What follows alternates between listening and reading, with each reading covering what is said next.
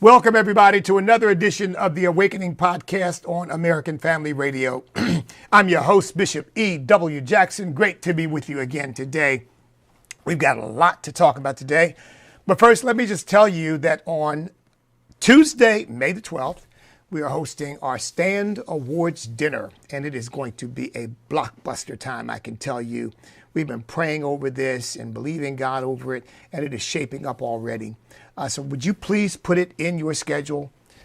May the 12th, Tuesday, May the 12th, it's going to be at the Tysons Corner Marriott in Tysons Corner, Virginia. That's Tysons, Virginia, actually, I think it is. But that's right outside of Washington, D.C. So if you're one of our Virginia listeners, please make plans to get there. But even if you're just right across the border in North Carolina, or for that matter, wherever you are in the country, if you want to come to a great event that you will not regret attending, if necessary, fly on across the country to be here. Believe me, you won't regret it. And I'd look forward to meeting you. Particularly love meeting our American Family Radio listeners and having a chance to talk to you all. It's always a blessing, always great to see you. Again, that's Tuesday, May the 12th at the Tysons Corner Marriott, 7 p.m. for the dinner, 6 p.m. for sponsors reception. And we would love to have you come. Now, we don't have ticket sales up yet, but I'm giving you advance notice. They will be going up in the next 1 to 2 weeks. And everything will be available online at standamerica.us. That's standamerica.us. In the meantime, if you want to make a contribution or help us in any way, feel free to do so at standamerica.us. Thank you, as always, for all of your help and support for American Family Radio and the American Family Association and its family of organizations and ministries that we support. Thank you so very much for that. I want to express my gratitude for the support that I get from American Family Association for our efforts. They've been a tremendous blessing, a tremendous help and encouragement to us at STAN. Remember, our mission is to bring people together, Americans together across racial and cultural lines, to uphold our Judeo-Christian heritage and values as one nation under God. That is desperately needed, and that will lead into one of the topics I want to talk about today. But before I get to that topic, I want to say a little something about the economy. I haven't talked much about the economy these days because I really believe President Trump is doing a great job. But we're hearing polls that say, or hearing of polls that say, the majority of the American people don't think the president is doing enough on the economy, and they're not satisfied with the president on the economy. Now, Lord knows I am not here to make excuses for President Trump. He doesn't really need me to do that anyway. He's entirely capable of defending himself. But I do want to say this. As someone who works and operates within the economy, who is not wealthy, I'm not a millionaire or anything. So, I mean, I live a fairly ordinary life, as many do. In other words, I'm not one of these people for whom it doesn't really, nothing that happens in the economy pretty much matters to them because they've got so much money that it just doesn't matter. I'm not one of those people.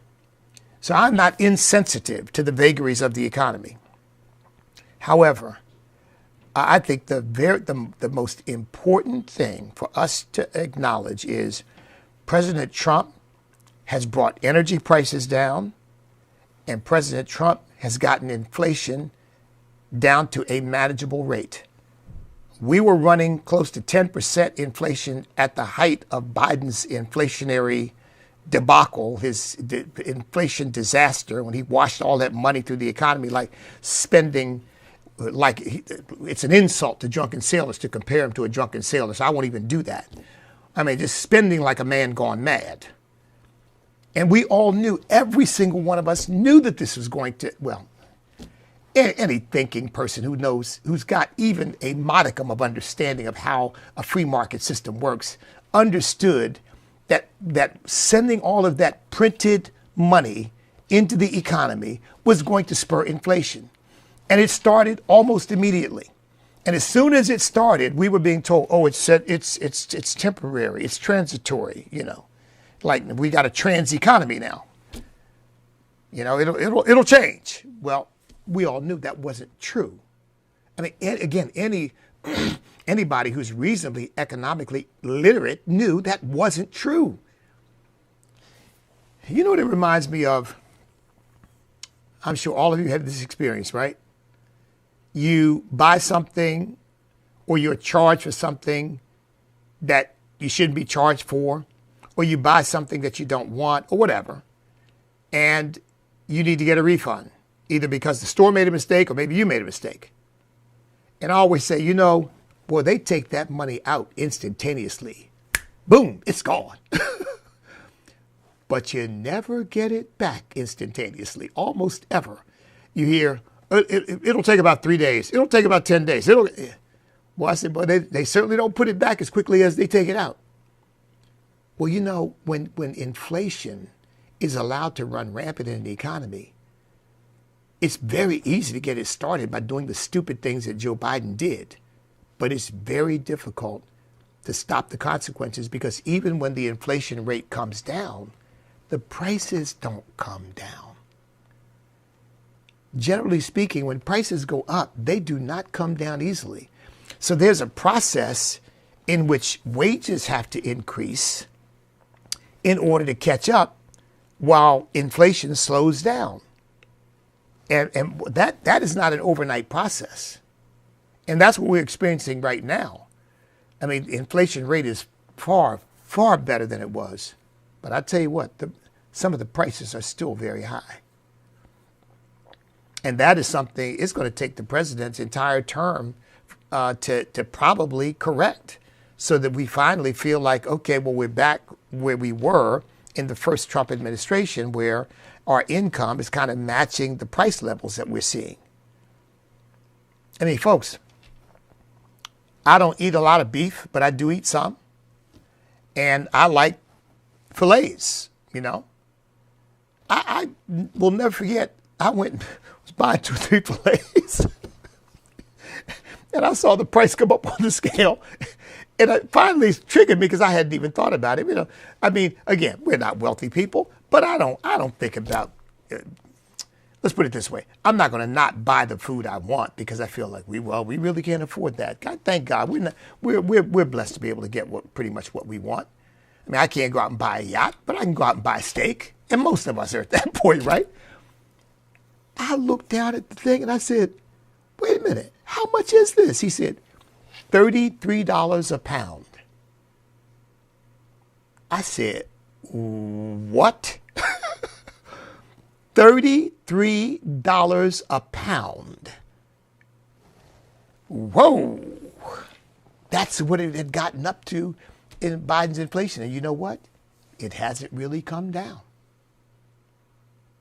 So it's going to take some time for, and prices, I believe, will ease down a bit, but wages are going to have to increase. And so when these leftists get in office and they do these stupid things, they not only hurt us while they're there, but that pain is inflicted on us even after they're gone.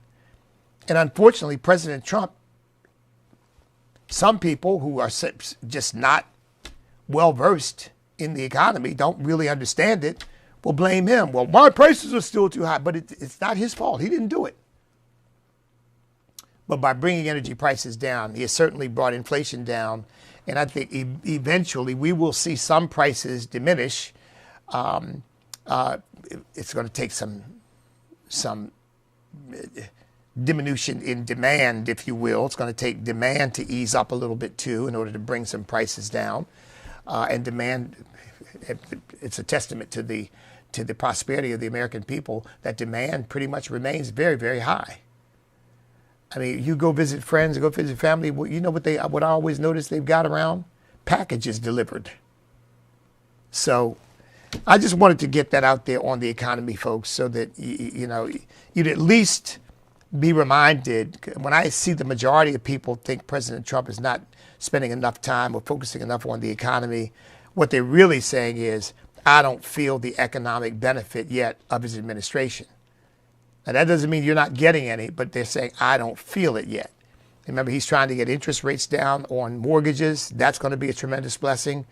And of course, he's going to continue to work to get energy prices down. And that's going to be a tremendous blessing. And I think that is going to bring some prices down as well. But folks, this is not, again, trying to make excuses for President Trump. But the stuff that Biden did, we're liable to be paying for a decade or more. I mean, look, we're still paying for the stuff that Barack Obama did. The racial climate he set in the economy, we're still paying for that. Which brings me to my next point. You know, our organization, just in case any of you is not aware, I think I said this a little earlier as we were opening, but let me say it again because I really want you to get this, because this is who we are. Our organization staying true to America's national destiny, is dedicated to bringing Americans together across racial and cultural lines to uphold our Judeo-Christian heritage and values as one nation under God. Now, that is really it in a nutshell. You could probably repeat that yourself based on what I just said. Unfortunately, there are people in this country who want with every fiber of their being to divide us, and race is a primary tool that they use to try to do that. The leftists, the Democrats, if you will. And they just don't ever let up. And that's why I can't ever let up. We've got to keep pounding away. You know, instead of them, as the preamble to the Constitution says, wanting us to become a more perfect union, they want us to be ripped apart as a union. Let me make one additional point, and then I want to get to some specific instances of this that we see in the news right now. The spirit of the Democrat Party has not changed. Remember, the Democrat Party, because you have to remember, folks, as I've pointed out many times, do you know overall, at the height of slavery, do you know how many Americans, what percentage of Americans actually owned slaves? About 5%. Now, that is a shocking number, and you probably, wait a minute, can that possibly be right? Because slavery is talked about as if everybody had slaves and everybody, you know, was, it's just not true. First of all, slavery had ended in the North. Secondly, even in the South, only people who were very well-to-do could own slaves. Now, occasionally, a small farmer with a small plot of land might have one or two slaves, but even most of the time, they couldn't afford it. So only about 5% of the population owned slaves. Now, I'm talking about the patriarchs. Leftists have disputed this and said, well, if you include the wife and you include the children and you include the extended family, yeah, you include them. And guess what? You can get it up to maybe 30%. That means 70% of the people, even if you use the number the leftists like to use, 70% of the people were not participating in slavery. They did not own slaves. Now, there's no question that an ideology was promoted by the slave master class to make everybody think that slavery was in their best interest, but it wasn't. It was only in the interest of the slave master class, because the people who were trying to earn a living by working and hiring themselves out, they were having a devil of a time because they were competing against slave labor. It didn't help the average white worker at all. It hurt them. In fact, the story of West Virginia is precisely that principle played out. That the West Virginians said, you know what, slavery doesn't help us. It doesn't do anything for us. And yet we're under this system in Virginia. So they say, you know what? And when Civil War hit, they started West Virginia. And of course, by a series of maneuvers, which, you know, things that probably couldn't have been done had we not had the Civil War. President Lincoln ended up engineering it so that you had a separate state. The people of West Virginia, they wanted it. But of course, the legalities in the Civil War were somewhat difficult, but they got it done. And so we have West Virginia. A testament to the fact that Americans of European ancestry understood slavery was not in their best interest if you weren't wealthy enough to own a bunch of slaves. Now, I said all that to say, again, that the spirit of the Democrat Party, which is the primary purveyor and promoter of slavery, has not changed. It was the party of control. It was the party of exploitation of human beings for their own benefit then. It is the same party now. It was the party of the Ku Klux Klan, the enforcement arm that was willing to use violence to force people to adhere to their wishes. And it is the party of Antifa now. The same thing. People who are violent in order to try to get people to submit to their wishes. In fact, we know that because of the Ku Klux Klan, it became the party of lynching. What is it now? It's the party of spitting on ICE agents and shooting them and kicking them and punching them and pushing them and threatening them and doxing them. It is the same party now in spirit that it was then. They used the patina of Christianity, but they weren't Christians because they had no sense of the love of God and no understanding of the absolute requirement by God that we love others, because it wasn't about loving others, it was about using others.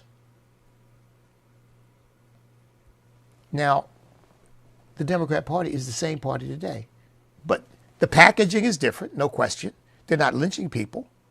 But once again, you can see the lengths to which they're willing to go when they don't like what people stand for.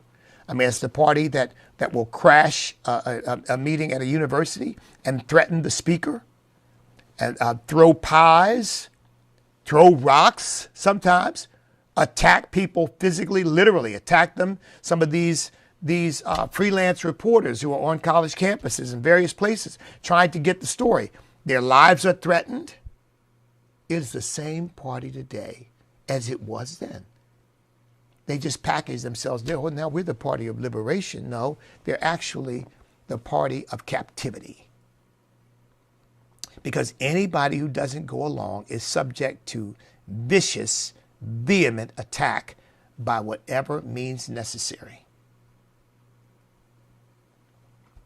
Now, during that time, the party used race as a badge of inferiority for Americans of African ancestry, as a justification for oppressing them, for using them, for exploiting them. Now, they use, instead of race as a badge of inferiority, they use race as a badge of victimization, as a justification for providing privileges in order to position people to do their bidding. See, it's the same thing, but now it's not physical force, it's psychological force. It's still dependence. It's still what I would call managed care. Yeah, you don't have to worry about where you're going to sleep. You don't have to worry about what you're going to eat. You don't have to worry about what you're going to wear, because we're going to provide a subsistence living for you. All you've got to do is be in the field when we tell you to. Now the field is go out there and protest, go out there and riot, and get out there and vote for us. As long as you do that, we're good. When you don't do that, when you try to escape from that plantation and you happen to be, as they would frame it, a person of color, we have a problem. We have a big problem.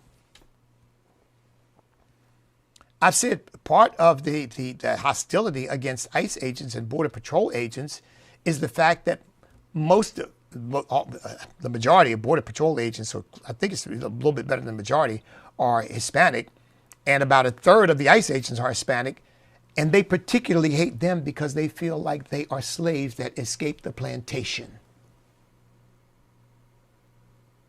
And boy, those are the ones that you have a particular antipathy for and hostility for, because they betrayed you after all the liberals have done for them. After all the little modern slave masters have done to give them a subsistence and to make them secure and to defend them against the vicious racists out there who are Republicans and conservatives. After all they've done, and you have the nerve to be an ICE agent or a Border Patrol agent, or they would say to blacks, and you have the nerve to be a conservative? Of course, to a lesser extent, but still same thing to women.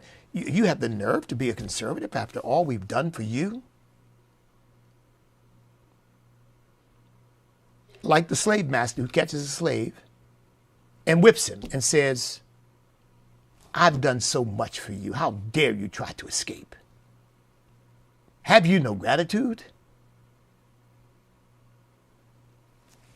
Yeah, well, what I want, the slave is thinking, what I want is not you reminding me of how grateful I should be. What I want is to be free. Folks, it is exactly the same dynamic. Just think about that a little bit, because I realize that's kind of a subtle analysis that I haven't heard anybody else give. In fact, I was talking to somebody about a week and a half ago, and I shared that with them. And the person said, wow, I never thought about it, but you are absolutely right. Because the spirit of that thing has not changed. And frankly, it is an abomination. I think I really accurately refer to it as the Democrat Party, because I think that's what it really is. And you think about other levels of control. We will control your children, and we will cut off your son's genitalia, and we will cut off your daughter's breasts, and you ought to thank us for it, because we know better how they should live and what they need than you do, parent. I mean, man. The same way that a slave master would say, no, I will tell you what your children need. You don't get any say in that. And I will separate you from your children when it's in my best interest. You don't get any say in that either. I mean, it is the same thing, folks. The old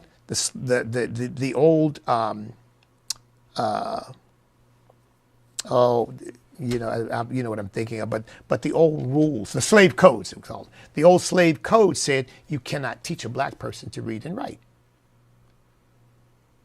But the modern slave system says we just send them to schools where they won't learn to read and write.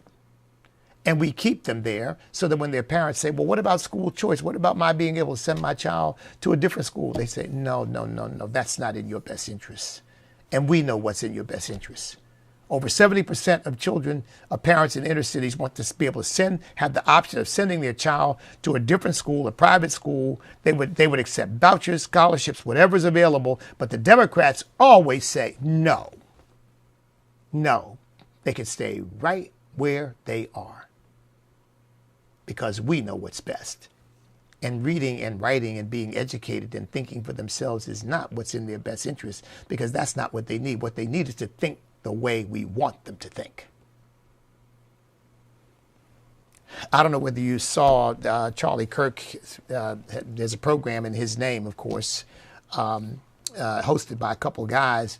And I was watching one about a week ago, and they were showing videos of all the schools around the country where they had kindergartners, folks, and elementary school children out protesting against ICE. Now, what in the world does a kindergartner or elementary school child know about these issues? Nothing. But they don't care. They want to brainwash them. I mean, just like communists, just like Adolf Hitler, they set out to separate the children from their parents by instilling in the children the ideas that these totalitarian leaders wanted them to have, without any regard to what their parents wanted them to have or wanted them to think, or the values that they wanted them to have. You see you see the many parallels here. I mean, it's amazing, isn't it? It's amazing. And actually teaching people that killing your own child is a good thing to do, which suggests what? We, your masters, set the value of your child, not you. And if we say the child is worthless, we will sanction your killing it and applaud you for it. I mean, folks, I know this stuff is raw and it's ugly, but it's the truth. It is the truth. And Jesus said, you shall know the truth. The truth shall make you free. So now let me give you a couple of examples that I wanted to share with you today. So Joy Reid, who I rarely talk about, in fact, I don't know that I've mentioned her once or twice here and there because I just don't think she's a person who is worthy of any recognition or acknowledgement at all, because I really think she's an complete airhead, and she is. But she called Nicki Minaj, get this, this is what I'm getting at, this slave master mentality. And by the way, this is across racial and cultural lines. This is the ideology of Marxism and collectivism, which says you as an individual don't matter. The only thing that matters is your adherence to the collective will. That's what matters. So she called Nicki Minaj a house pet put to blackface on MAGA. A house pet in blackface on MAGA. Because she dared to attend Turning Point USA, and she dared to express support for President Trump. I mean, see, this is the caricature of a slave master, of a person who thinks, I own you. Why aren't you bending and adhering to my will? Well, since you are not, I will then dehumanize you. I will turn you into something less than human. I will attribute to you no thought, no reasoning, no ability to look at facts, no ability to look at information, no ability to decide for yourself. I will attribute to you no cognition whatsoever. You are an animal, like an animal that's run amok. And what she called her? A house pet. A house pet. And in blackface, which is meant to be demeaning and suggests she's a minstrel. Well, folks, I've got a question I want to ask you. So see, again, it's not enough that Nicki Minaj has thought through things herself and has decided this is where I stand. No. Nicki Minaj is a race traitor. See? It's like you betrayed your master by leaving the plantation. How dare you? But I've got a question I want to ask you. And I've posed this question on TikTok. If Joy Reid is supposed to be the epitome of blackness, if Joy Reid is supposed to be the icon of what it means to be black, the defender of black people, the defender of blackness, the defender of black justice. And I mean, her whole identity is she is the black woman, right? Why did she dye her hair blonde? Now, look, I don't care how people choose to style themselves. It's none of my business. I could care less. But when you style yourself as the paradigm of blackness, and then you dye your hair blonde, it kind of makes me wonder if there's not a little bit of schizophrenia there. Because Americans people of African ancestry don't have blonde hair. I mean, I don't know what, the hair of an albino who happens to be of African ancestry would look like. I would imagine that might be blonde, but that person's they've got a skin condition. They've got a problem. I think it's a melanin problem. And that, of course, it could happen to anybody of any race. But normal people of African ancestry do not have blonde hair. Who has blonde hair? Northern Europeans, Swedish, Norwegians, British, Irish, but certainly not people from Africa whose ancestors come from Africa. But Miss Africa herself, right? She dyes her hair blonde. Now, why is that? You know what I think it is, folks? And listen to me, because I'm probably not going to say what you think I'm going to say. I think it's because these people are so demonically possessed that they simply cannot be happy with who God made them to be. You got to be trans. If you're black, you got to have blonde hair. They simply cannot be happy because they are in rebellion against God. They cannot be happy with who God made them to be. And so they need some dramatic change so that when they look in the mirror, since all they are, they're people of the flesh. They're not people of the spirit. So all they are is of the flesh. And they look in the mirror, they can see something fleshly that makes them feel satisfied. This thing is spiritual. I know you probably thought I was going to say she wants to be white. With all that, and who knows, maybe she does, but I think it's deeper than that. I think it's deeper than that. I think she is in rebellion against her creator. I said the first trans was Satan. Satan was the first being to claim he was transitioning, because he's the first being to say, you made me an angel, but I'm not satisfied with that, and I think you're wrong. I want to be God. So you could call Satan a trans god with a little g, when in actuality he's an angel. And lied just like the whole trans movement lied to a bunch of angels and got all of them involved in the same sick movement. A third of them rebelling against their creator. No, we're not satisfied with who he made us to be, and we're not satisfied with the status he gave us. We're gonna take it upon ourselves to become our own gods, and we're gonna do what we want to do. And part of what we want to do is improve or correct what God has done. Folks, that's just a little footnote that I can't help but notice. Because I'm looking at a picture of her right here with blonde hair. Now, what is that? I mean, it's funny in a way, because it's one thing. They be running around, talking about how black you are and how black but you got blonde hair. Lord have mercy on us. People are so confused. And look, I don't hate this woman. We just need to pray for her. So she racializes that issue. And then people are saying that criticism of Bad Bunny is racist.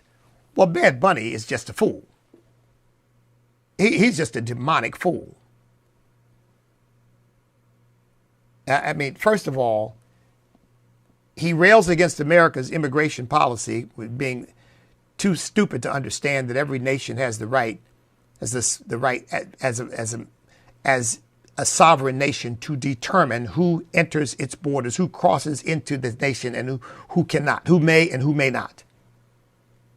Every nation on earth claims that privilege, every single one of them. And I got news for you. You try doing this stuff in China, you try doing it in Mexico, you try doing it in any other country in the world, and they're not going to give you $1,000 in benefits and fly you wherever you want to go and put you up in hotels and food feed you and all that. They're going to kick you out. In fact, many of them first going to put you in jail.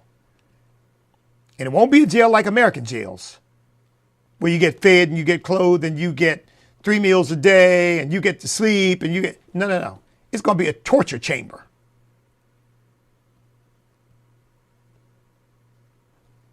And yet we're here in America humanely carrying out the mandate of our national immigration laws is somehow racist.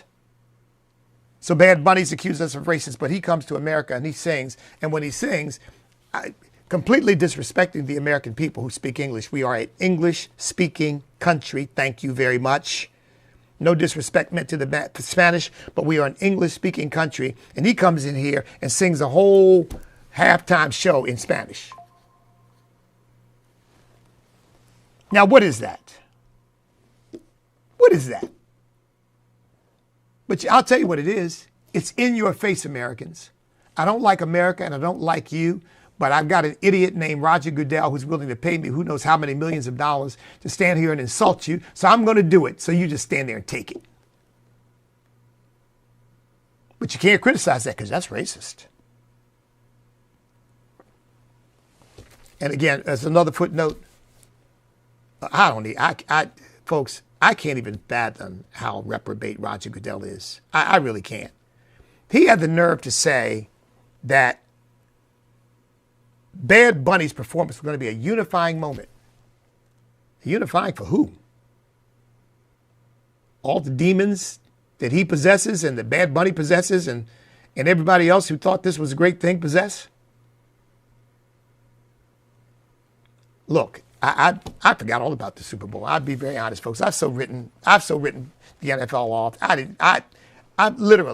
didn't know the game had been played until I started watching the news the next morning. I didn't pay any attention to it. I had other things to do with my Sunday afternoon.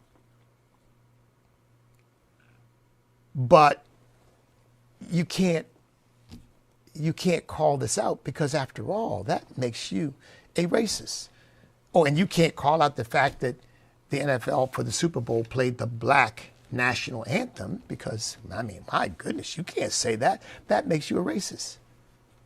Well, call me whatever you want to call me, but let me just say again for the record, we are one nation. We have one national anthem. It is called the Star Spangled Banner, and there is no other. There is no black nation in this country.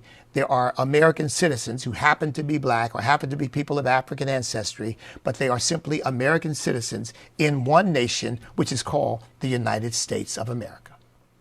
And Bad Bunny apparently in his halftime criticized us calling ourselves America. And somebody needs to say, hey, idiot, the official name of the country is the United States of America. America's in our name. There's no other country in our hemisphere that has America in its name except the United States of America. So by shorthand, we call ourselves America. So sue us. I mean, what is wrong with these people? Well, in addition to being demonic, I said when you reject God, you just go stupid. So what do they want us to call ourselves? The United States of whatever. It just, any old thing to delegitimize us and criticize us. These Olympians who are now saying, I don't feel comfortable. I don't feel comfortable playing under the flag. Well, then join that old stupid woman who prefers to play for China. And go ahead and live there. And live under Xi Jinping. See how you like it. Be my guest. I mean, 'cause I won't miss you. We won't miss you on the Olympics. Believe me, we'll produce plenty of athletes who can probably do better and be proud to play under and to compete under that flag. So there's that. The SAVE Act. They're saying the SAVE Act is racist. The SAVE Act is Jim Crow 2.0. Now, all the SAVE Act, the main objection to the SAVE Act is that it requires an ID to vote. But they're saying, you can't do that. That's racist. Folks, I think the number is like 70, 80% of even black folks believe that you ought to be able to have to show ID to vote. Remember, they called the Georgia law Jim Crow 2.0. This is going to stop black people from voting. And they had the largest turnout of black voters in the next election that they've ever had in their history. It didn't stop the vote from turning out at all. In fact, all the talk about it probably made the vote even larger. But clearly, it didn't hinder anybody from voting. But again, this is the slave master class telling people you need to be rescued from the people who are trying to keep you from voting. And yes, we know you need an ID to fly. We know you need an ID to rent a room in a hotel. We know you need an ID to even to buy. So I told you I went to buy a washing machine one time and they wanted my ID in order to verify that where it was being delivered was in fact my home. To buy a washing machine. But it's not right to ask people for an ID to vote. And it's not right to ask people to prove their citizenship in order to vote. Right, because they brought in 15, 20 million foreign invaders, and they want them to be able to vote for them. And so they don't care how, by hook, by crook, by whatever means necessary. And they don't want you interfering with that by requiring that these people prove that they're American citizens, because they can't do that. But let's not let a little thing like citizenship get in the way of letting these interlopers vote for these Democrats, because after all, that's their purpose. That's why they're here.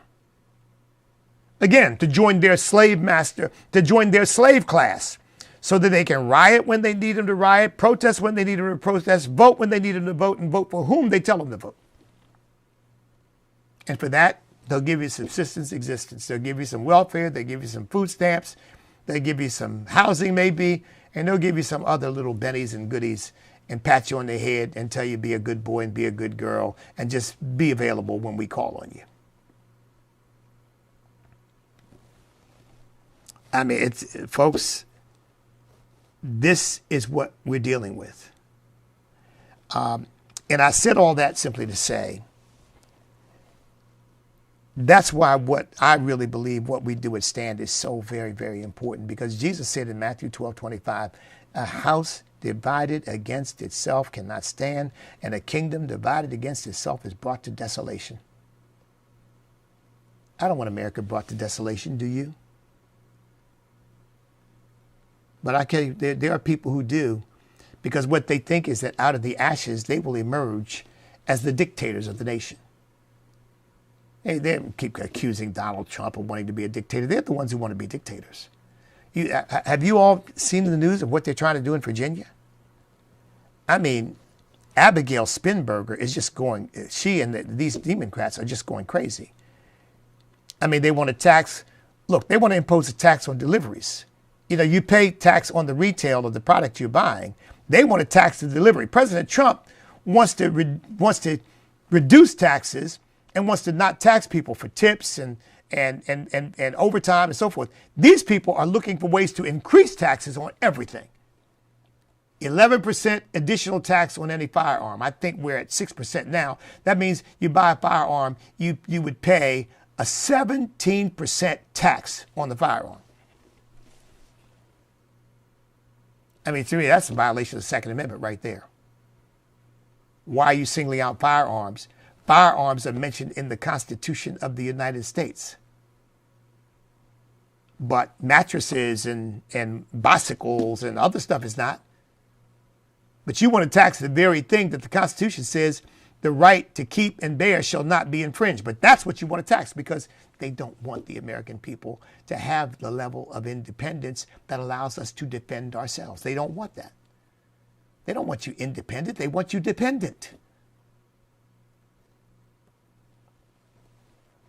And, you know, they've done away with Governor Youngkin's agreement with ICE to cooperate with ICE to help us get these illegal aliens out of the country. They want to turn Virginia into a sanctuary state and bring more of them in here so they commit more crimes and make it less safe for all of us.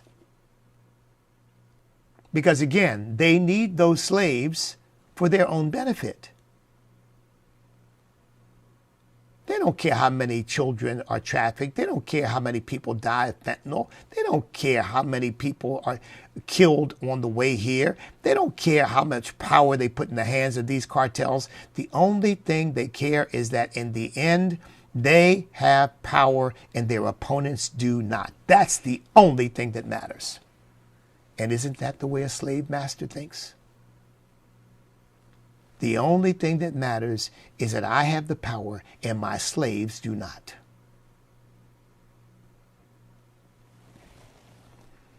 Now, folks, you can evaluate this analysis in your leisure. I hope I've given you a lot to think about. But I really believe that I have captured the essence of what we're facing. Look, Marxism is nothing but a glorified slave system, because it makes everyone a ward of the state. Well, what is that?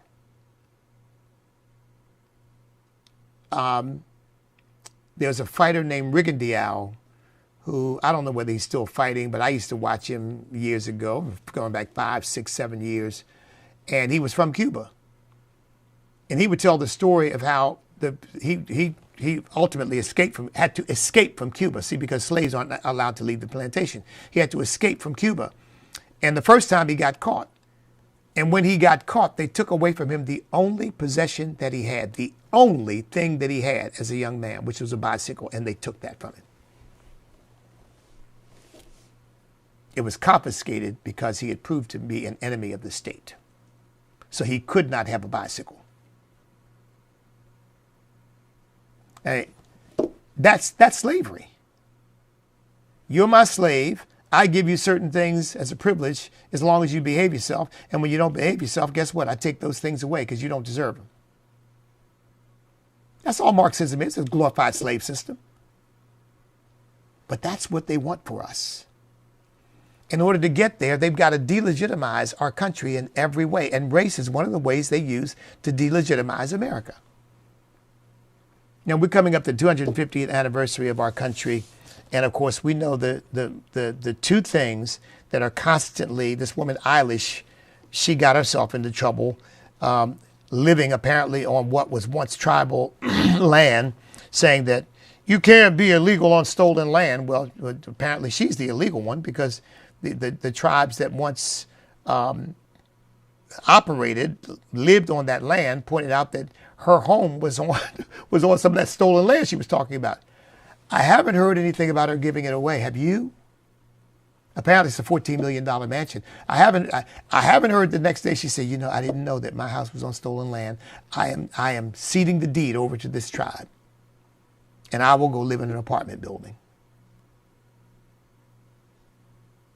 I mean, right, it's just like Joy Reid, Miss Black Paradigm with blonde hair. Here's this woman talking about stolen land that she's living on in a $14 million mansion, but she's not giving that up. Their hypocrisy knows no bounds. But as I've said many times before, as we're coming in to celebrate our 250th anniversary, I've said, see, part of the problem is that the left doesn't want America properly evaluated. They want America denigrated because out of that denigration, they believe, comes their exaltation as the leaders of a new country. A country that is not based upon the Constitution, that is not a constitutional republic, but a quote-unquote democracy. Because Abigail Spanberger here in Virginia is demonstrating that what they mean by democracy is once they get in the majority, they can do anything they want. And they have no reference to the Constitution or its limitations whatsoever. I mean, you don't hear them saying, well, wait a minute, let's evaluate what the Constitution requires and what it prohibits with regard to restricting people's ability to keep and bear arms. No, they don't care. They could care less because they don't consider the Constitution to be legitimate anyway. It's in their way. So they just ignore it, trample it, and do what they want to do. That's their version of democracy. They don't want a constitutional republic because the constitutional republic, which is what we have, actually restricts what they may do. And they don't want any restrictions on what they can do. Not a one. The reality is slavery was a worldwide phenomenon. And even though America participated in it for a time, we have been the greatest liberator of people of African ancestry in the history of the world. That's right, you can quote me on that. America has been the greatest liberator of people of African ancestry in the history of the world. Because people of African ancestry are more free here than they are in any part of Africa. Or anywhere else in the world for that matter.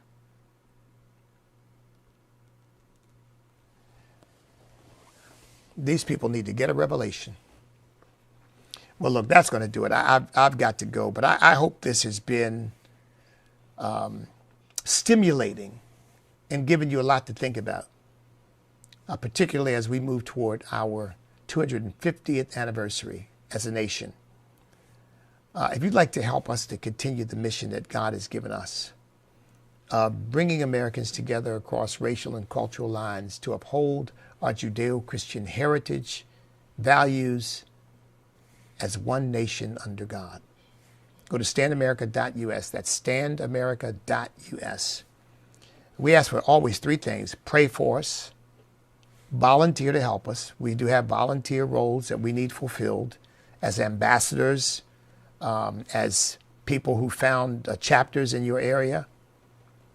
And you can give. You know, you can give as little as $5 a month or as high as the Lord has blessed you to be able to give. Or you can give a one-time gift, however you do it. We're going to keep pressing ahead with the mission that God has given us. And I want to thank you all for all of your prayers and all of your support, because our nation desperately needs all of us working together to help preserve it as the great constitutional republic that Ben Franklin said they've given us, if we can keep it. Well, by the eternal, we're going to keep it. So you know what we have to do. Stand up, step up, speak up, and refuse to back up. Because we cannot be defeated if we will not quit, because we are on God.